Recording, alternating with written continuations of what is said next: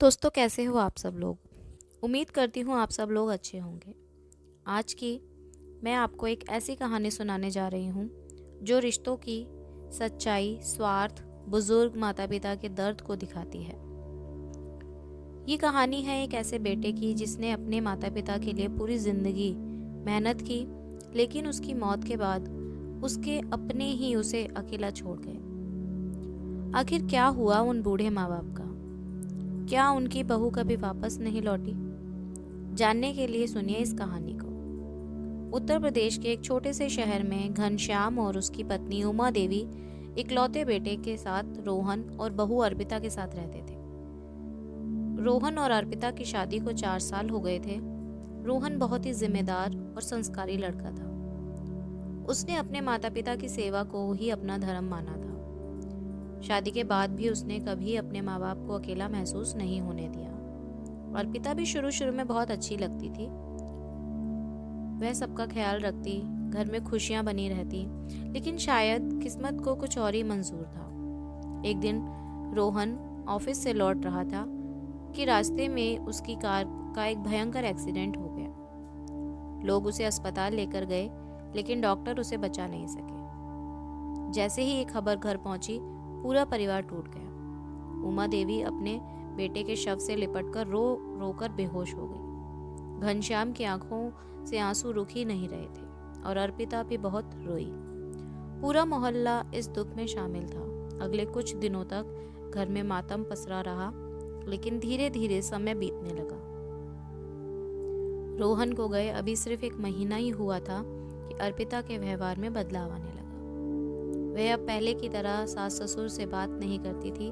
ज्यादातर समय अपने कमरे में रहती या फोन पर किसी से बातें करती रहती है। उमा देवी ने सोचा कि शायद अभी भी वह दुख में है, लेकिन एक दिन ऐसा हुआ जिसने दोनों बुजुर्गों के पैरों तले जमीन खिसका दी। उस शाम अर्पिता ने दोनों को हॉल में बुलाया। उसके चेहरे पर कोई दुख नहीं था। वह बहुत सामान्य दिखाई दे रही थी। घनश्याम ने पूछा, क्या बात है बहू? अर्पिता ने गहरी सांस ली और बोली, पिताजी, मैंने एक फैसला किया है। कैसा फैसला? मैं दूसरी शादी करने जा रही हूँ। ये सुनते ही उमा देवी का दिल जैसे बैठ गया। क्या? कुछ पल के लिए स्तंभ रह गए। अर्पिता बोली, मैं अभी सिर्फ 30 साल की हूँ। पूरी जिंदगी अकेले नहीं जी सकती। मुझे भी खुश रहने का हक है। घनश्याम ने कांपती आवाज में कहा, बेटी, हमने कब मना किया? अगर तुम्हें शादी करनी है तो हमें कोई आपत्ति नहीं। अर्पिता ने तुरंत कहा, तो फिर एक और बात सुन लीजिए। क्या? शादी के बाद मैं ये घर छोड़ दूंगी। आप दोनों अपना इंतजाम खुद कर लीजिए। उमा देवी की आंखों में आंसू बहने लगे। बहू, हम दोनों बूढ़े हैं, हमारा अब इस दुनिया में कौन?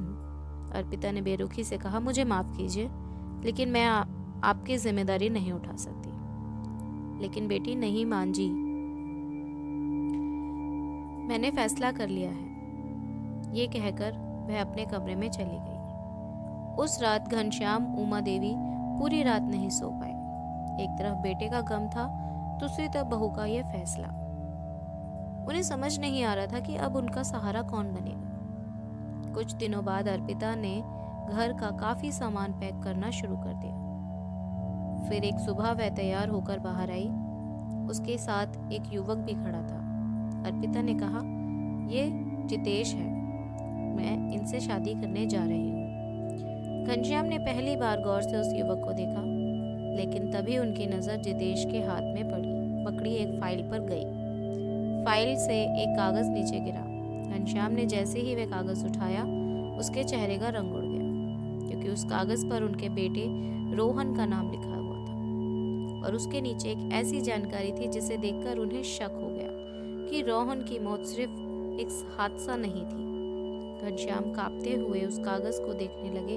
उस कागज पर रोहन का नाम लिखा था, साथ ही एक बड़ी बीमा पॉलिसी की जानकारी भी थी। पॉलिसी की रकम थी 1 करोड़ रुपए। लेकिन सबसे चौंकाने वाली बात यह थी कि उस पॉलिसी का लाभार्थी अर्पिता नहीं, बल्कि जितेश था।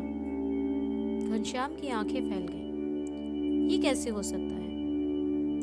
जितेश घबरा गया और जल्दी से कागज छीनने की कोशिश करने लगा। लेकिन तब तक घनश्याम सब पढ़ चुके थे। उन्हें पहली बार शक हुआ कि कहीं रोहन की मौत के पीछे कोई गहरा राज तो नहीं। अर्पिता भी अचानक परेशान दिखने लगी। वह बोली, पिताजी आप गलत समझ रहे हैं। लेकिन अब घनश्याम चुप रहने वालों में से नहीं थे। उन्होंने अपने पुराने दोस्त इंस्पेक्टर सुरेश को फोन किया। सुरेश ने मामले को ध्यान से सुना और जांच शुरू कर दी। कुछ ही दिनों में कई चौंकाने वाली बातें सामने आने लगी।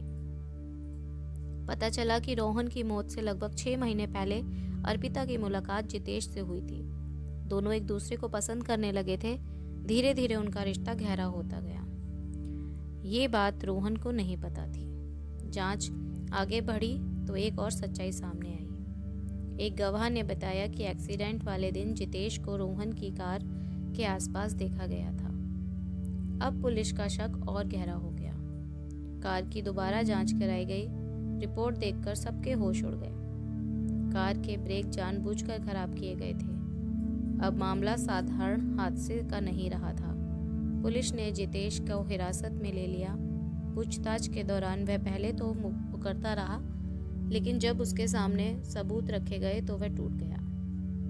उसने कबूल कर लिया कि वह और अर्पिता साथ रहना चाहते थे। उन्हें लगता था कि रोहन उसके रास्ते का सबसे बड़ा रोड़ा है। लालच भी था।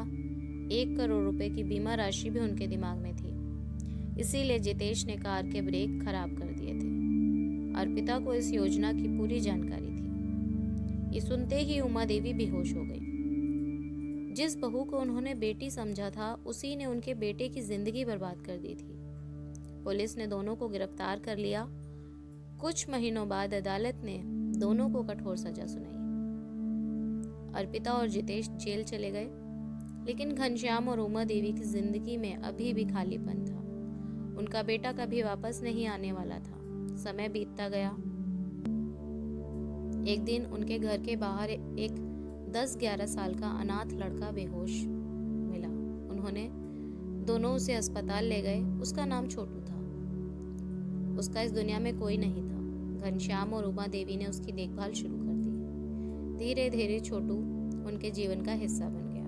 वह उन्हें दादा दादी कहकर बुलाने लगा। कई सालों बाद पहली बार उनके घर में फिर से हंसी लौट आई। घनश्याम अक्सर कहते, भगवान ने हमारा बेटा तो छीन लिया, लेकिन हमें जीने की वजह फिर दे दी। सालों बाद जब छोटू बड़ा हुआ, उसने नौकरी की और उन दोनों बुजुर्गों की वैसे ही सेवा की जैसे सगा बेटा करता था।